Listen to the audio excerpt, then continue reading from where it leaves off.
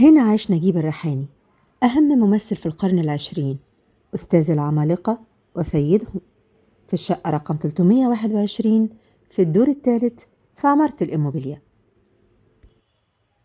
وده لوحده كفيل إنه يخلي الإيموبيليا ثروة معمارية لا تقدر بثمن.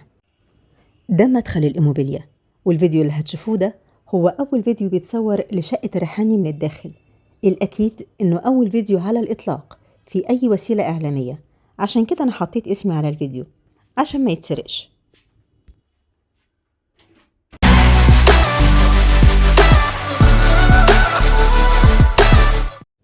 وده مدخل شقة نجيب الريحاني في الدور الثالث في عمارة الإيموبيليا اللي بتمتلكها دلوقتي شركة الشمس للإسكان والتعمير، وده حال العمارة دلوقتي. على المدخل ده مشي عدد لا تتخيله من عظماء مصر ومبدعيها.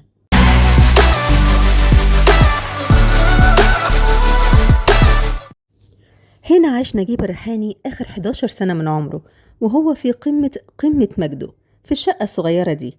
عاش هنا لوحده، وده أكيد لأن الشقة صغيرة جدا حوالي 80 متر، وفيها أوضة نوم واحدة، حتى ما تعرفش عم عبده الخدام كان بينام فين. كمان مش هتبقى فاهم ليه الريحاني اختار أصغر نموذج في الإيموبيليا عشان يسكن فيه، مع إن ما شاء الله المساحات هنا بتوصل ل 400 متر و7 غرف، فليه اختار يسكن في شقة أوضة واحدة؟ ده بيأكد شيء واحد، إن نجيب كان راجل بسيط جدا، اتولد بسيط وعاش بسيط ومالوش في المنظرة، فاختار شقة تكفي شخص واحد على قد احتياجاته. ودي أوضة نوم الريحاني، عاش فيها آخر 11 سنة من عمره. كل العظمة اللي شفناها دي بدأت من الأوضة دي، وده غالبا مخزن. أما البلكونة دي فشهدت لقاء العمالقة، عشرات القعدات بينه وبين محمد عبد الوهاب اللي كان ساكن في الشقة اللي جنبه، وفضل فيها لحد أواخر الثمانينيات لحد ما عزل. وده المنظر اللي كان بيشوفه نجيب الريحاني كل يوم. ده كان عالم نجيب الريحاني اللي احنا شايفينه دلوقتي ده. الشقة الصغيرة دي شهدت لقاء العمالقة، نجيب الريحاني بكل تلاميذه، وما أدراك من هم تلاميذه، عبد الفتاح الأسري وحسن فايق وزينات صدقي وماري منيب، لحد لقاءاته العديدة بجيرانه زي ليلى مراد وأنور وجدي وناس غيرهم كتير. متخيل قدر العظمة اللي خرجت من الشقة دي؟ متخيل قدر الأسامي اللي دخلت الشقة دي؟ وده مطبخ الريحاني اللي كان بيطبخ فيه الرز، زي ما قالت جينا نجيب الريحاني إنه كان لازم يعمل الرز بنفسه وساعات الملوخية. مطبخ في منتهى البساطة، حتى ما تعرفش إذا كان عنده تلاجة كان بيحطها فين، ده مفيش مكان حتى التلاجة.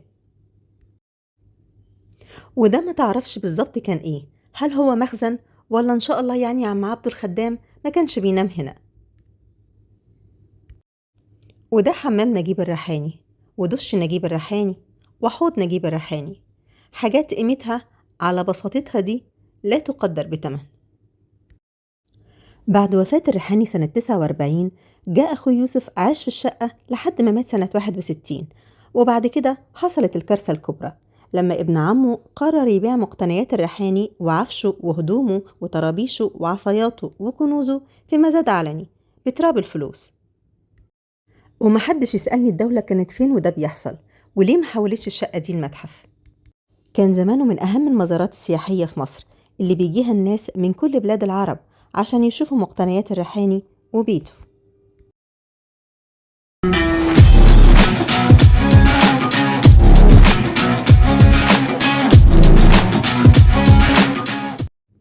أما الإيموبيليا فكانت أشهر عمارة في مصر.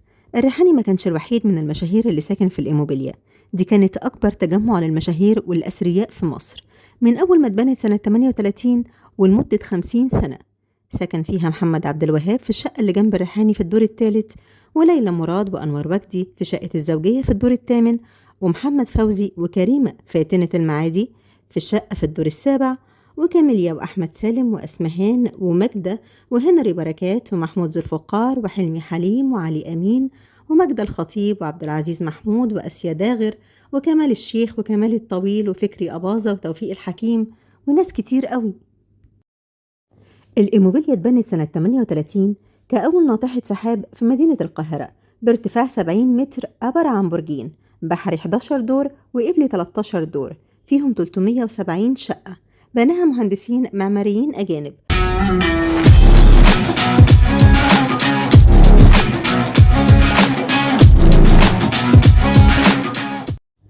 أما صاحب الإيموبيليا فهو أحمد عبود باشا، أحد أغنى أغنياء مصر.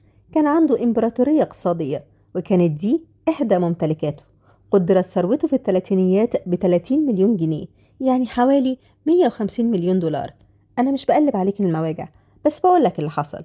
تولى رئاسة النادي الأهلي لمدة 15 سنة، من سنة 46 لسنة 61.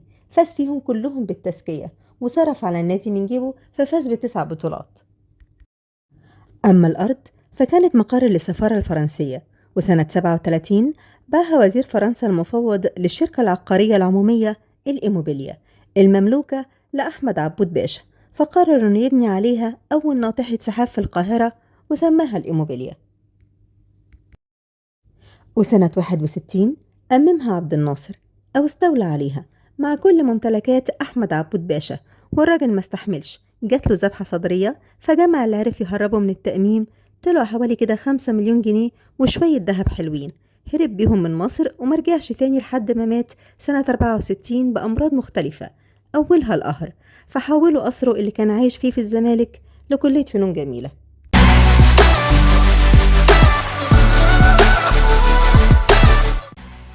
أنا إيمان الأشراف، أشوفكم في حكايات جديدة.